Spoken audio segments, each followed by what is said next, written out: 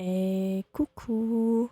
Alors, je fais cette vidéo parce que je reviens tout juste d'un escape game d'horreur et c'était la première fois pour moi. Donc je me suis dit que j'allais vous le partager, vous raconter mes impressions, ce que j'ai pensé de l'histoire et tout, sans trop rentrer dans les détails parce que ça doit quand même rester confidentiel pour pas spoiler ceux qui iront refaire cet escape game.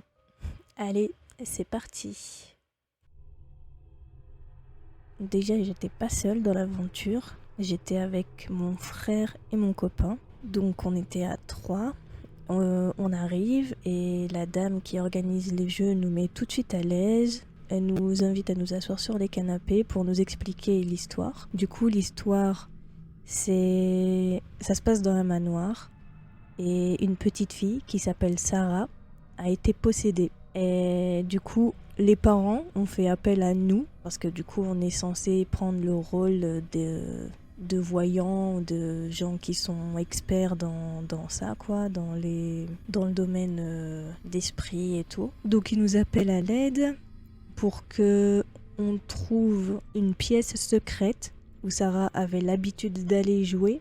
Et en fait, c'est cette pièce qui était hantée par un esprit maléfique qui vivait dans le manoir. Donc, une fois qu'on a compris l'histoire, la dame nous bande les yeux et nous emmène jusqu'à la pièce où l'escape game va commencer, du coup. Donc, on arrive dans une espèce de petit salon. Il n'y a pas grand chose, il y a 2 fauteuils, une pendule, des cadres au mur, des chandeliers, une porte qui est fermée et il y a une autre porte qui est cachée, du coup, qui est vraiment genre de la couleur du papier peint. Et du coup, donc on commence à chercher des indices, donc une clé, un aimant et tout. Je rentre pas dans les détails pour pas donner trop de réponses. Et donc, après avoir tout trouvé, on arrive à ouvrir la porte cachée.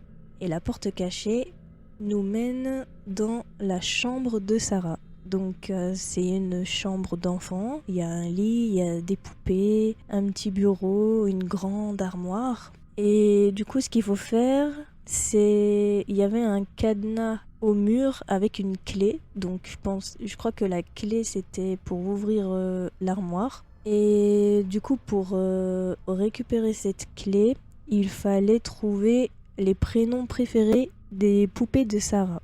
Donc on a cherché et après il fallait mettre les initiales sur le cadenas dans l'ordre de ses préférences. Et du coup, ça a débloqué le cadenas et on pouvait récupérer la clé pour ouvrir l'armoire. Donc on ouvrait l'armoire, mais entre-temps, la dame nous avait prévenu, elle nous avait mis en garde de si on voyait des esprits, il ne faut surtout pas les regarder dans les yeux. Et pendant qu'on cherchait les prénoms des poupées, j'avais vu un cadre qui était au mur au-dessus du lit de Sarah. Et il y avait une énigme de dessins. Et en fait, les dessins, ça constituait un mot. Donc il y avait le dessin d'un âne.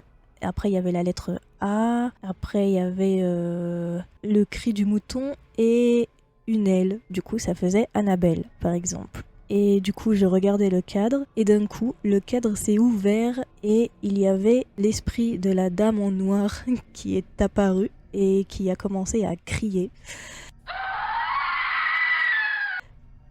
Je vais pas vous mentir, j'ai vraiment flippé, mon frère aussi. D'ailleurs, pendant tout l'escape game, mon frère et moi, on était vraiment des gros trouillards. Et c'est vraiment mon copain qui a trouvé le maximum d'énigmes et qui osait fouiller dans les trucs et tout.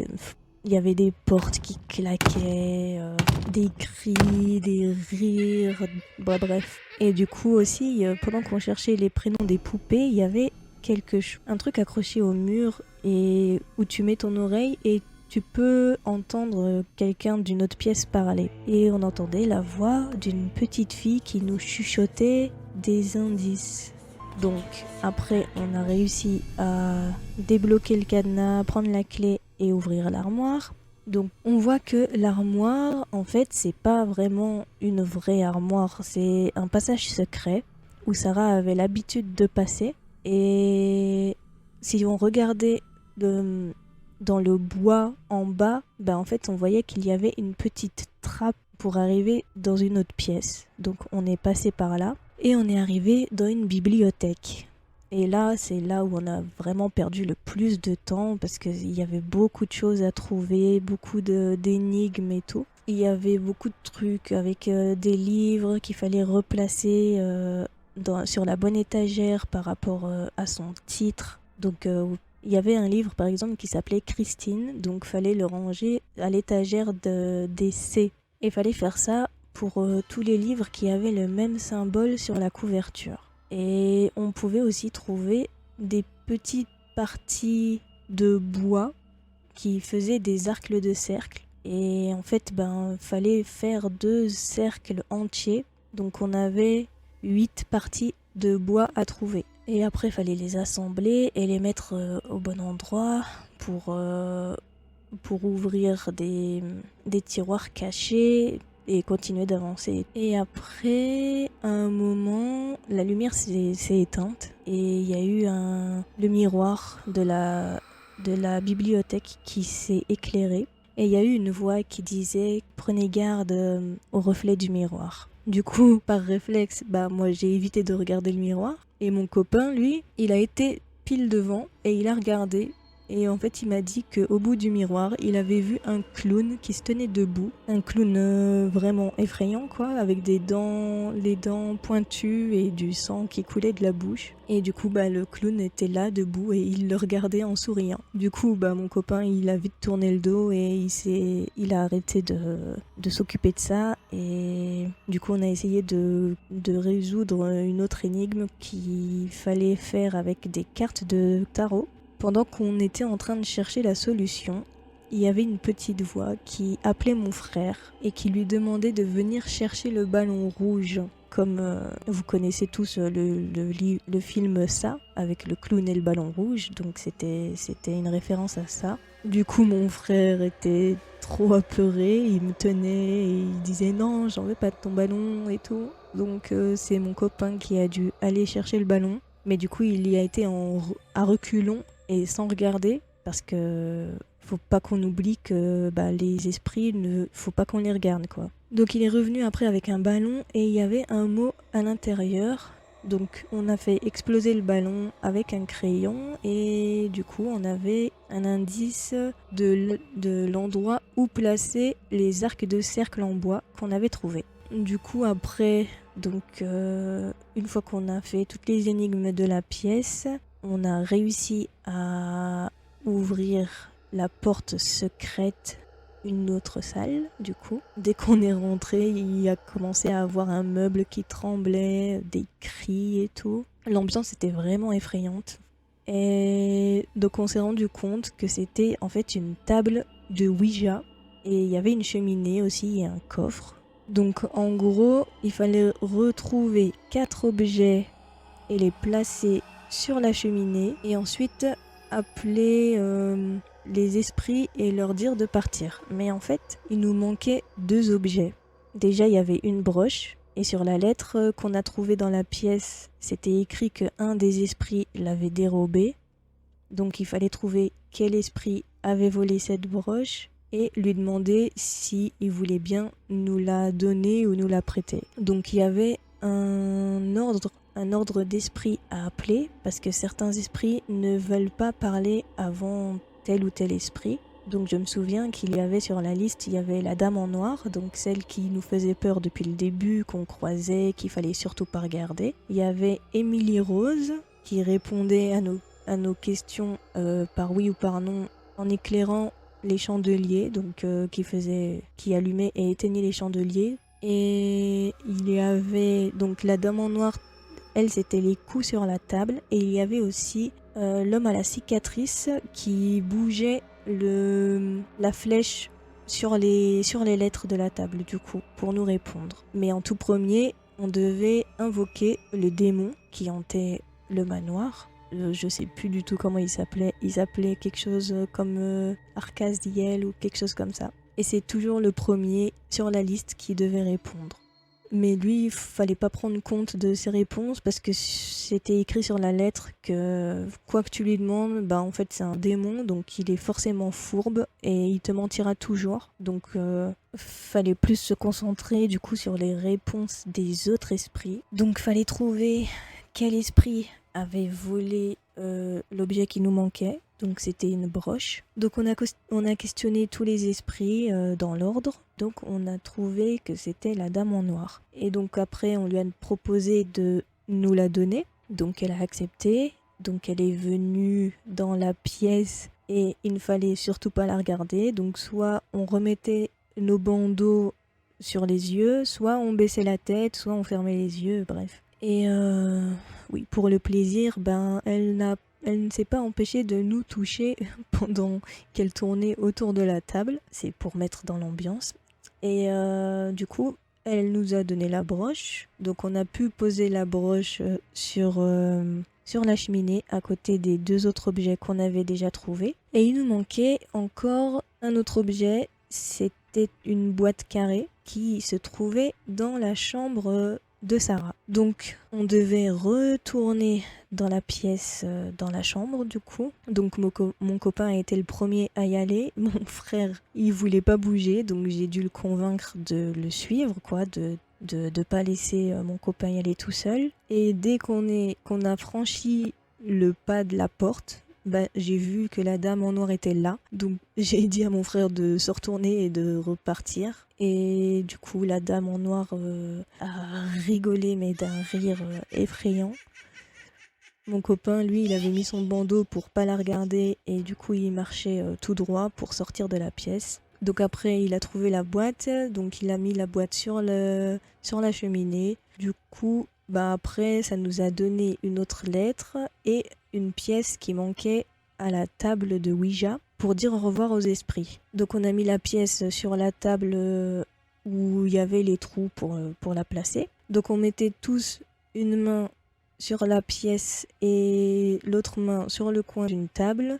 Et il fallait répéter 3 fois une phrase pour chasser les esprits du manoir. Si je me souviens bien, la phrase c'était « Esprit du manoir Warren, nous vous sommons de partir et de laisser Sarah » ou quelque chose comme ça.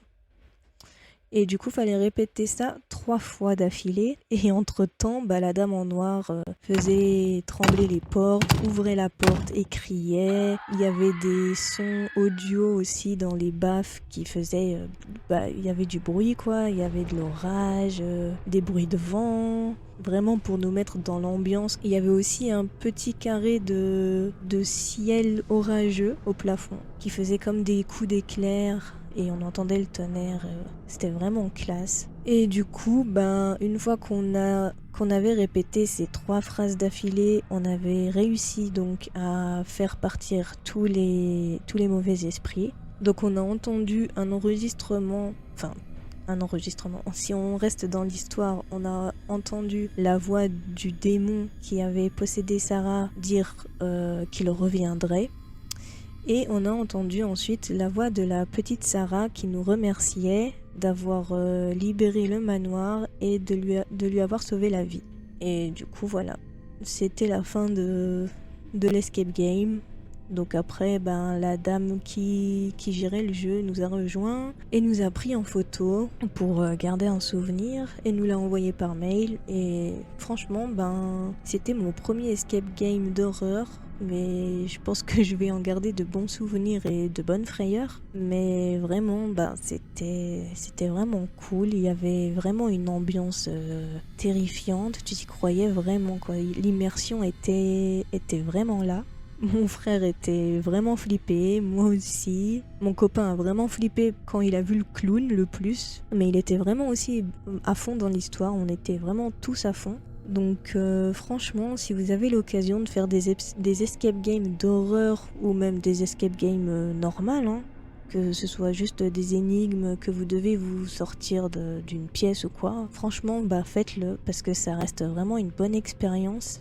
pour mon premier escape game, c'était il y a quelques mois, vers décembre, ou peut-être un peu avant. J'étais que avec mon copain cette fois, et on avait fait un escape game sur le thème de la prison, et on avait chacun une cellule côte à côte, et du coup il fallait qu'on s'évade avant que les policiers viennent nous changer de prison, quoi. Donc on avait vraiment un temps pour faire ce qu'il fallait. Celui-là aussi, il était cool parce qu'il y avait une histoire, parce qu'il y avait une ancienne, on va dire une ancienne collaboratrice du groupe dans l'histoire, hein, je dis bien, qui avait été déjà arrêtée avant nous et qui nous a laissé du coup des indices pour retrouver des coordonnées GPS. Et en fait c'était oui, du coup si on retrouve les coordonnées, on retrouve l'endroit où elle avait caché le butin qu'on avait volé, quoi. Et du coup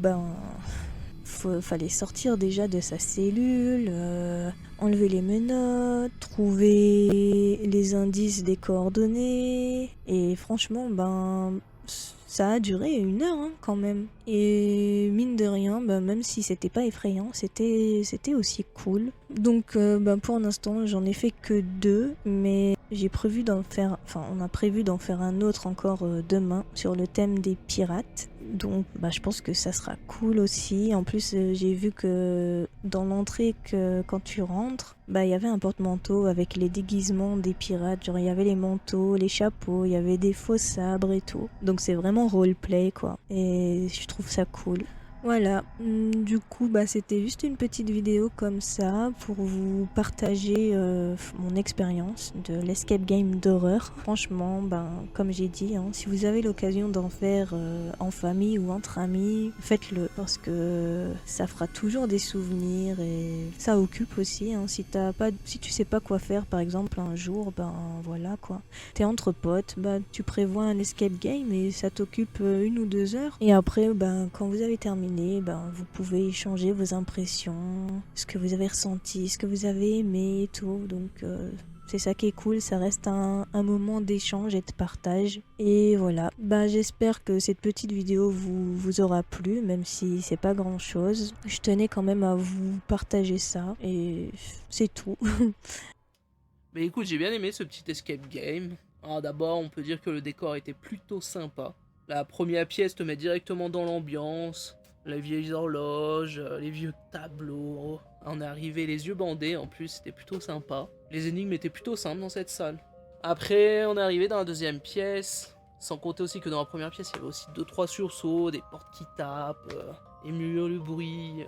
Et du coup, cette deuxième pièce, c'était bien sûr une chambre d'enfant qui était très très bien faite. Bon, c'est pas une des pièces que je préfère. C'est un petit peu la phobie de tout le monde en chambre d'enfant, les poupées partout. Pareil, les énigmes étaient un petit peu plus compliquées, mais ça allait. C'est plutôt quand on est arrivé dans la troisième pièce que là, ça a commencé à être compliqué pour les énigmes. Beaucoup moins de frayeur, la troisième pièce. C'était... Non, beaucoup de lumière, tout. À part sur la fin, quand on avait terminé les énigmes, on a vu les lumières s'éteindre, le clown qui est apparu derrière moi, derrière un miroir, tout. Du coup, c'était assez sympa, assez flippant aussi. L'histoire du petit ballon rouge aussi, celui de ça un peu, celui qui flottait dans les airs. Et puis voilà, puis ma pièce préférée c'était quand même la quatrième avec une grande table de Ouija et avec la poupée d'Annabelle qui était sublime, j'aurais bien aimé la piquer. Sinon ouais, c'est tout, franchement le jeu était bien, les décors étaient bien, les énigmes étaient bien, les LED tout à l'ancienne comme dans un vieux manoir, c'était plutôt top.